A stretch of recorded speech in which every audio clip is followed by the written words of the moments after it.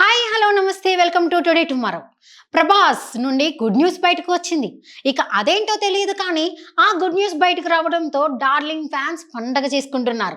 ఇక ఈ update social మీడియాలో బాగా వైరల్గా మారింది. అసలు ప్రభాస్ ఈ ట్వీట్ చేయడానికి కారణాలు ఏమై ఉంటాయి?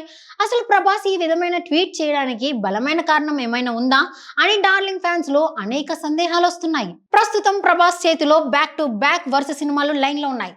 క్షణం తీరిక లేకుండా ప్రభాస్ బ్యాక్ టు బ్యాక్ సినిమాలు చేస్తున్నాడు.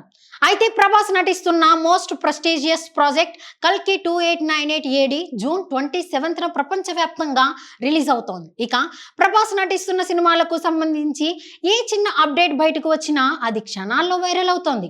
కల్కి 2898 ఏడితో పాటు ప్రభాస్ మారుతి డైరెక్షన్ లో నటిస్తున్న రాజా సాబ్ సినిమా ఒకటి, అలానే హనురాఘవపుడి డైరెక్షన్ లో periodic love story, Sandeep Reddy Vanga direction లో high voltage action movie, Prashanth Neel తో సలార్ 2 ఇలా వరుసగా సినిమాల లైన్అప్ లో ఉన్నాయి.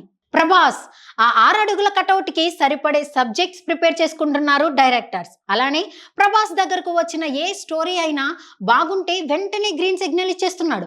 సో సినిమాలు ఓకే, మరి అసలైన పెళ్లి సంగతి ఏంటి? పెళ్లి ఎప్పుడు? ప్రభాస్ మనసులో ఎవరు ఉన్నారు?